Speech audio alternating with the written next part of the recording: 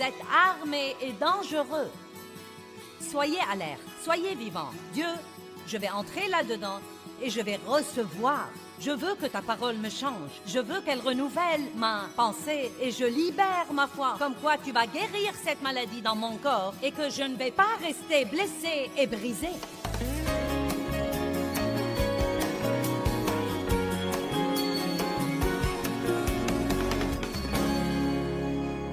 Nous sommes dans une guerre, mais nous ne devrions jamais être si insensés pour penser que Dieu ne nous a pas laissés équipés. Vous ne devez jamais craindre le diable. Vous ne devez jamais rien craindre de ce qu'il essaye de vous faire, car vraiment et sincèrement, nous sommes plus que vainqueurs. Au beau milieu de ce que vous endurez en ce moment, vous ne devez pas croire que vous êtes la queue de quoi que ce soit, car la Bible dit que vous êtes la tête et non la queue, en haut et jamais en bas. Vous dites, eh bien, ce n'est pas ce que je sens. Vous ne devez pas suivre vos sentiments. Tenez-vous ferme dans la parole de Dieu et dites, la Bible dit que même au beau milieu de mes batailles, je suis plus que vainqueur par celui qui m'aime. Au beau milieu de vos batailles, n'oubliez jamais que Dieu vous aime profondément, énormément, et qu'il a un très bon plan pour votre vie. Il y a des personnes, ici ce soir, vous devez prendre ceci et vous devez l'avaler. Ne le laissez pas voler par-dessus votre tête. Vous avez des choses qui se passent, vous êtes blessé, vous avez des problèmes, vous faites face à des choses, et vous êtes, vous savez, peut-être que vous êtes venu ici ce soir avec l'espoir que je vous remonterai le moral, et je crois que je peux faire ça. Je crois que je peux vous équiper et que vous arriverez par la parole de Dieu au point où vous ne serez pas toujours celui qui doit être encouragé, mais celui qui encourage les autres. La seule raison pour laquelle nous déprimons tellement quand nous avons des problèmes, c'est que nous craignons de ne jamais pouvoir nous en débarrasser. Nous craignons de ne pas avoir ce que nous voulons dans la vie ou de devoir attendre beaucoup plus longtemps que nous ne croyons que nous pouvons attendre. Nous croyons que ce que quelqu'un nous a fait nous est injuste, et il se peut que ce soit le cas. Mais nous devons aussi nous rappeler que Dieu est un Dieu de justice et qu'il ne supportera pas que les gens blessent ses enfants s'ils demeurent fermes dans sa parole. Si quelqu'un me blesse et que j'ai une attitude amère et que je refuse de lui pardonner, je ne peux pas m'attendre à ce que Dieu me délivre. Je ne verrai pas la justice de Dieu dans ma vie si j'ai cette mauvaise attitude. Mais si, par sa grâce, je joue le rôle qu'il m'a demandé de jouer, Dieu me rendra toujours justice dans ma vie et il vous rendra toujours justice dans votre vie. Écoutez-moi, si quelqu'un vous a blessé, Dieu est un Dieu de justice et il vous rendra le double pour vos ennuis si vous tenez bon dans sa parole. Est-ce que vous me comprenez? Vous devez comprendre ça. Vous êtes plus que vainqueur. Peut-être que vous pensez en ce moment que vous êtes en bas, mais la Bible dit qu'au beau milieu de toutes ces choses, non pas quand elles sont finies, mais au beau milieu de toutes ces choses, et c'est le meilleur moment pour ouvrir votre bouche et dire « Je suis plus que vainqueur par Christ qui m'aime ». As-tu entendu ça, diable? Je suis plus que vainqueur par Christ qui m'aime. La tête et non la queue, en haut et jamais en bas. Je prêterai à beaucoup de nations et je ne m'emprunterai pas. Un chrétien doit être sur ses gardes, doit vivre sur ses gardes.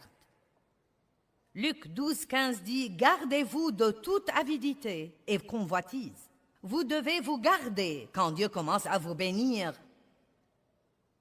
matériellement et financièrement, d'avoir un esprit avide et de vouloir de plus en plus et de plus en plus et de plus en plus et plus. C'est pourquoi veillez à ce que plus vous avez, plus vous donnez. Amen. Plus vous avez, plus vous donnez. Plus votre vie est meilleure, mieux vous traitez les autres personnes. Chaque fois que Dieu vous bénit, partagez-en toujours une partie avec quelqu'un d'autre. Et peut-être que c'est un des secrets du don. Peut-être que Dieu nous dit de donner toujours des prémices de ce qu'il nous donne dans la vie, de toujours donner d'abord, parce que c'est un des moyens dont nous combattons l'avidité et la convoitise, qui sont des choses terribles à avoir. Quand vous êtes avide et cupide, vous ne pouvez même pas être reconnaissant de ce que vous avez. Vous voulez plus. Matthieu 16, 6. Gardez-vous bien du levain des pharisiens. Ce levain dont il parlait était de revenir vivre sous le légalisme plutôt que de vivre dans la vraie liberté que Christ est mort pour nous donner. Jésus n'est pas mort pour que nous puissions vivre sous des règles et des réglementations et des lois que les gens nous font. Il veut que nous soyons libres pour être menés par le Saint-Esprit qui vit au-dedans de nous, qui nous mène toujours à une vie de sainteté. Matthieu chapitre 10, verset 17. Prenez garde de ceux qui s'opposent à Dieu. Faites attention qui vous fréquentez. Marc 13, 23. Prenez garde à vous-même. Vous devez vous connaître vos faiblesses, connaître vos forces. Luc 17, 3. Prenez garde les uns aux autres. Quand vous voyez quelqu'un commencer à transiger sur un certain plan, priez pour lui. Quand vous voyez quelqu'un traverser une période difficile, priez pour lui. Un des meilleurs moyens de nous entraider, c'est de prier tout de suite quand nous voyons quelqu'un avoir un besoin. Vous ne devez pas toujours faire un sermon à tout le monde et raconter à quelqu'un d'autre « Oh, j'ai remarqué qu'un tel traverse une période difficile aujourd'hui. » Non, si Dieu vous permet de remarquer qu'un tel traverse une période difficile, vous devez prier tout de suite. Dieu, je te demande au nom de Jésus de le fortifier. Je ne sais pas ce qu'il a, mais il traverse une période difficile et donc je le couvre. Je te demande de l'aider dans toutes ses difficultés. Maintenant, vous avez servi Dieu. Mais ce que nous faisons si souvent, c'est de parler de choses au lieu de parler pour les choses. Nous devons être sur nos gardes, nous devons prêter attention aux pensées qui entrent dans notre tête, nous devons prêter attention aux sentiments que nous avons. Eh bien, d'où est-ce que ça vient? Eh bien, c'est quoi tout ça? Arrêtez-vous et dites, Dieu, quelle est la source de ça? Quelle est la vraie raison de ce problème?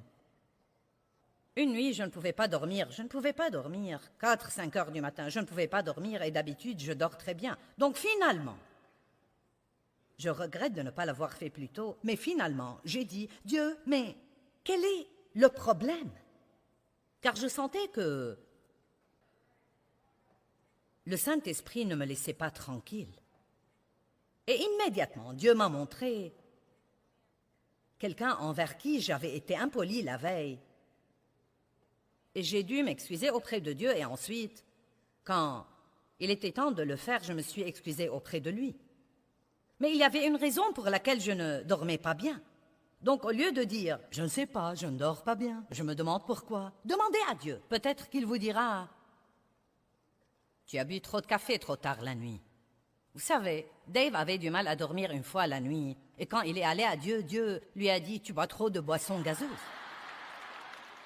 Je n'ai rien contre les boissons gazeuses, mais Dave allait au drive-in et il achetait ce grand truc de 900 millilitres tous les jours et il le buvait et cela l'empêchait de dormir. Demandez à Dieu ce qui ne va pas chez vous. Allez! Certains ne veulent même pas savoir. Je ne vais rien lui demander, peut-être qu'il me le dira lui-même. Je prêche mieux que vous ne réagissez. Il va falloir vous revigorer. Il faut être responsable. Ne vous contentez pas de dire « Vous savez, je ne sais pas ce qui me fait cet effet. Vous savez, ma pensée est attaquée. » Vous devez ouvrir votre bouche et dire « Diable, je te réprimande. Arrière de moi. Allez prendre votre Bible, ouvrez-la et lisez à haute voix jusqu'à ce que vous retrouviez la tranquillité d'esprit. »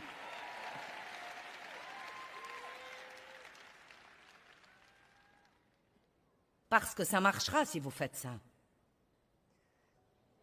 J'étais blessée une fois et j'étais vraiment fâchée contre Dave. Et quand vous êtes fâché contre quelqu'un, vous n'entrez pas dans la pièce où il est. Quand il entre dans la pièce où vous êtes, tout s'embrouille et vous êtes comme... Vous ne lui parlez pas, vous ne dites rien. Vous n'êtes pas prêt de faire pour lui ce que vous faisiez normalement. D'habitude, si vous alliez apporter quelque chose à boire, vous lui apportiez quelque chose, mais pas maintenant. Non, je ne vais rien faire pour toi. Vous voyez, j'ai appris après une bonne trentaine d'années dans la parole que ça ne marche pas dans l'économie du royaume. Tout ce que je faisais, c'était d'ouvrir une porte au diable. La Bible dit que le soleil ne se couche pas sur votre colère. Ne donnez pas une opportunité au diable. Ne lui donnez pas accès. Mais je me sens si fâchée et je me sens si blessée. Nous commençons à jouer le jeu du blâme. Vous ne devez jamais vous inquiéter de ce que quelqu'un d'autre fait ou ne fait pas. Nous ne sommes responsables que de notre rôle. Vous ne m'avez pas entendu.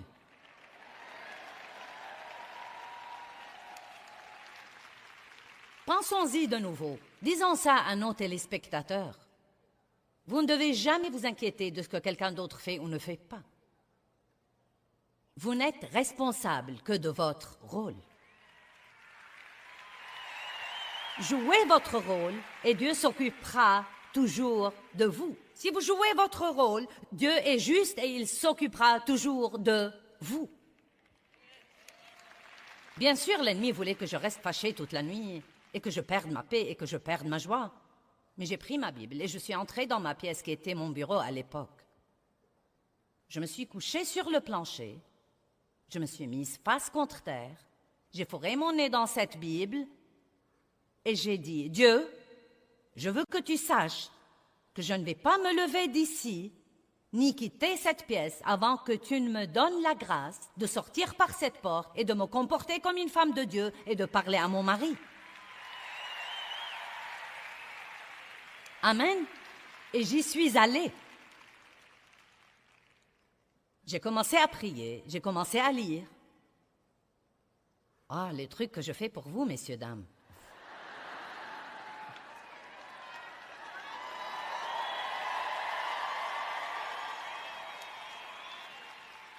Vous ne devez pas dire « Je regrette de me sentir comme ça, mais... Dieu aide-moi à ne pas me sentir comme ça. » Non, je veux que vous ayez le feu sacré au-dedans de vous ce week-end. Dieu vous a amené ici pour que je puisse attiser ce feu. Attiser ces braises qui sont peut-être sur le point de mourir ou de s'éteindre. Eh bien, c'est si dur. Arrêtez de dire ça, s'il vous plaît.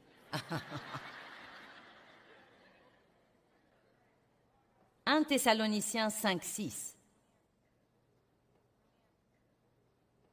Il dit « Ne dormons donc point comme les autres » et ça ne parle pas d'aller se coucher la nuit. Mais soyons vigilants, alertes, attentifs, prudents et sur nos gardes et soyons sobres, calmes, posés et réfléchis. Ça n'a pas l'air de quelqu'un qui est le genre « Eh bien, quoi que ce soit ». C'est en fait quelqu'un d'intentionnel qui vit avec résolution. Il a décidé d'avoir absolument la victoire et il ne va avoir rien d'autre que la victoire. Amen. L'apôtre Paul a dit « Mon but déterminé, c'est de le connaître. Si seulement je connaissais Dieu comme tu le connais. » Non, vous devez être déterminé. Assez déterminé pour aller vous coucher la nuit, pour vous lever le matin, aller passer ce temps avec Dieu et le connaître plus. Est-ce que quelqu'un sent une douce chaleur l'envahir au moins?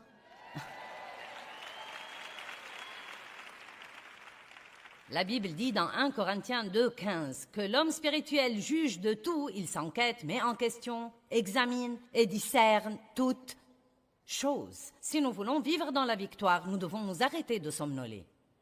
Amen. Prêtez attention aux petites incitations du Saint-Esprit. Prêtez attention au discernement que vous avez en vous. J'ai traversé quelques trucs durant ma vie. Proverbe parle maintes et maintes fois de la sagesse et de la prudence et du discernement et de la sobriété. Ce sont 4 mots des plus merveilleux et je me permets de dire que beaucoup de gens ne savent pas ce qu'ils veulent dire. C'est la capacité de choisir entre le vrai et le faux. Le discernement est quelque chose que vous pouvez avoir au tréfonds de vous et qui va vous protéger si vous l'écoutez. Un matin, la semaine dernière, j'étais debout dans mon bureau. Je portais une longue chemise de nuit. Je n'étais pas encore habillée pour la journée, donc voilà, vous savez, une image pour vous. Joyce en chemise de nuit. Et J'avais quelques Bibles car j'allais faire un peu de télé ce jour-là. Et donc j'avais 2 ou 3 Bibles que je devais prendre au bureau. Et j'avais ma tasse à café vide. Je portais ma petite tasse à café vide. Et donc, quand je suis arrivée à l'escalier, j'ai eu cette petite pensée sage. Je devrais saisir cette chemise de nuit et la remonter pour ne pas m'empêtrer les pieds et trébucher. Mais j'ai pensé, ça vous rappelle quelqu'un que vous connaissez? Donc j'ai commencé à descendre l'escalier et j'ai failli tomber. J'ai dit au Seigneur que j'étais désolée. Ce qu'il y a, c'est que la grâce de Dieu m'a sauvée cette fois. Il est miséricordieux. Mais vous savez quoi? C'est ma pensée. Vous pouvez penser ce que vous voulez. Je ne descendrai plus jamais ces escaliers sans remonter cette chemise de nuit si je la portais, parce que je crois que maintenant que je sais et que j'ai vu la miséricorde de Dieu, si je continue à faire quelque chose d'idiot, à ce moment-là, je risque, et si je tombe, à ce moment-là, ce ne sera pas Dieu qui dit « Tu ne m'as pas écouté, je vais donc te faire tomber de l'escalier. » Mais quand nous n'écoutons pas Dieu et que nous savons que nous n'écoutons pas Dieu, quand vous ne savez pas est une chose, mais quand vous savez en est une autre. Si nous n'écoutons pas Dieu, ce que nous faisons à ce moment-là, c'est de sortir ici, en dehors de sa protection, là où nous sommes à découvert devant l'ennemi. Nous disons toujours « Je sais que je ne devrais pas faire ça, mais... » Je sais que je devrais faire ça, mais... Je sais que je devrais aller me coucher, mais... Demain, quand vous serez fatigué, ce n'est pas la faute de Dieu. Ce n'est pas la faute du diable, c'est votre faute.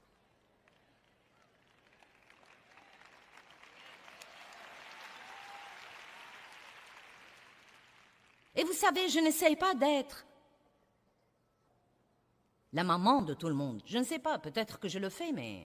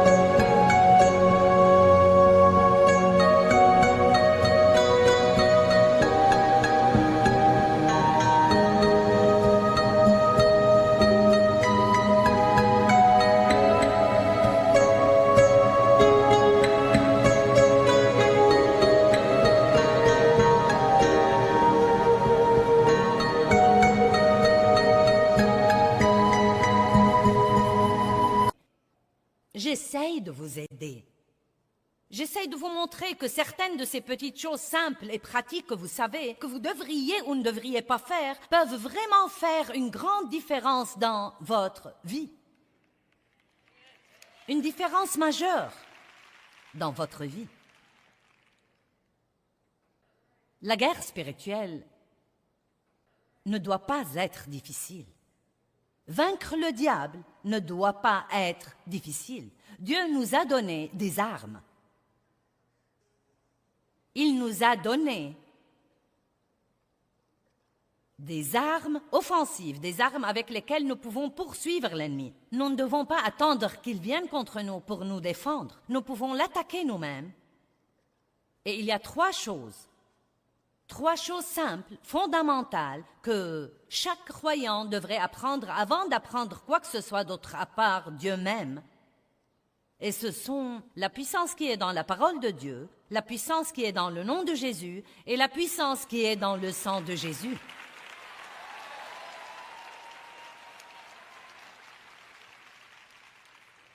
Ces 3 armes sont offensives. Nous pouvons les utiliser pour poursuivre le diable agressivement. Arrière de moi, Satan. Au nom de Jésus, arrière de moi.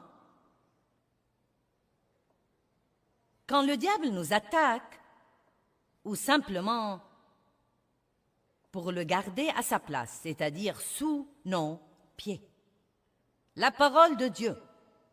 Je me rends compte de plus en plus dernièrement à quel point la parole de Dieu est puissante. Non, mais elle est puissante.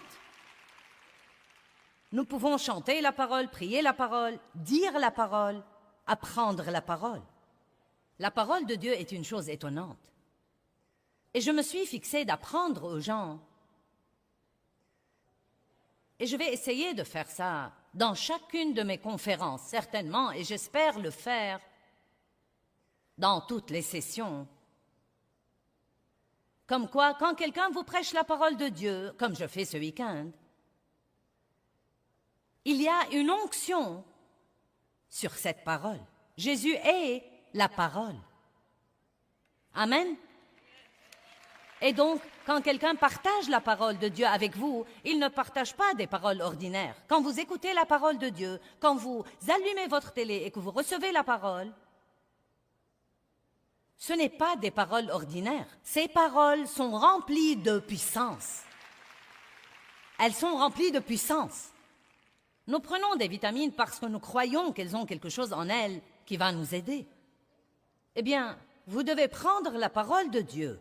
Ne vous asseyez pas comme « Eh bien, je suis venu pour écouter ce que Joyce a à dire ce week-end. » Vous allez à l'église, je me demande ce que le pasteur a à dire ce week-end. Vous ouvrez au premier verset, vous l'avez souligné, donc vous pouvez le repérer. « Ah, je connais celui-là. » Non, mais nous devons être attentifs. Vous devez écouter. Vous devez prendre quelques notes, peut-être, ou si vous écoutez quelque chose que vraiment, oui, j'en ai besoin. Achetez-en une copie, écoutez-la à plusieurs reprises. Mais je veux vous dire quelque chose. Quel que soit ce que je prêche, je crois que si vous libérez votre foi, vous pouvez recevoir la guérison dans un domaine de votre vie pendant que vous êtes assis là à recevoir la parole.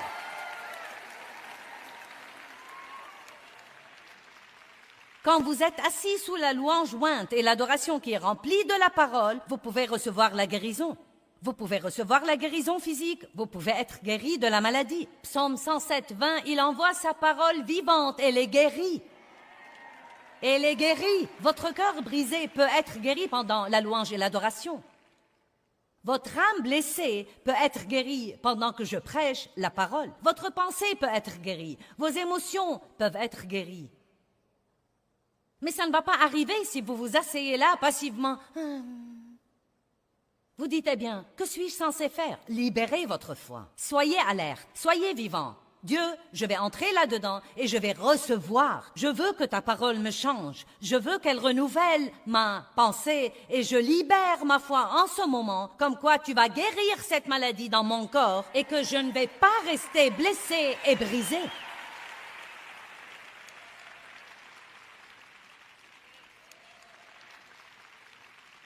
Et voilà ce que je veux dire. Je crois que nous pouvons tous être trop désinvoltes parfois à propos de tout ça. Nous entrons d'un pas nonchalant, à mi-chemin de l'adoration. Nous dérangeons 50 personnes pour nous asseoir à notre place. Nous devons avoir une attitude respectueuse à l'égard de la parole de Dieu. Et si nous apprécions la parole plus, nous verrons la parole travailler dans nos vies d'une façon plus grande. Amen.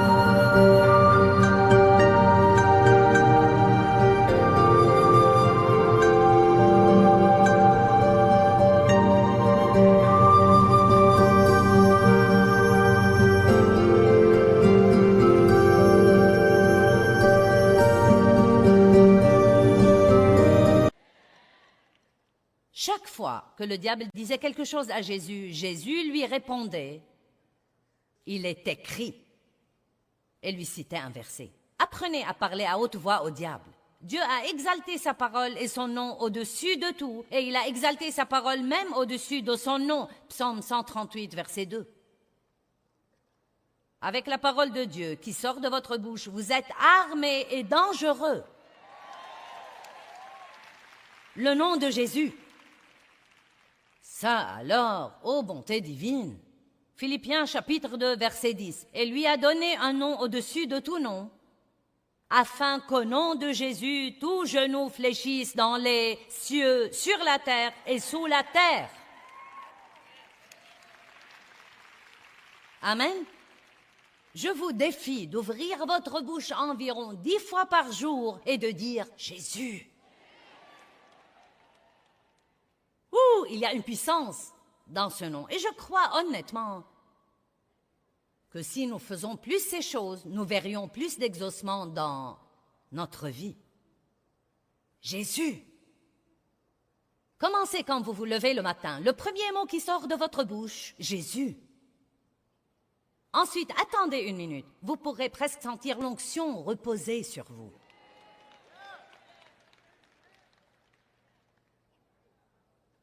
Vous savez, nous apprenons de la parole de Dieu que ce nom qui lui a été donné et qui nous a été donné maintenant, ce même nom, nous avons une procuration pour l'utiliser. Vous pouvez utiliser ce nom.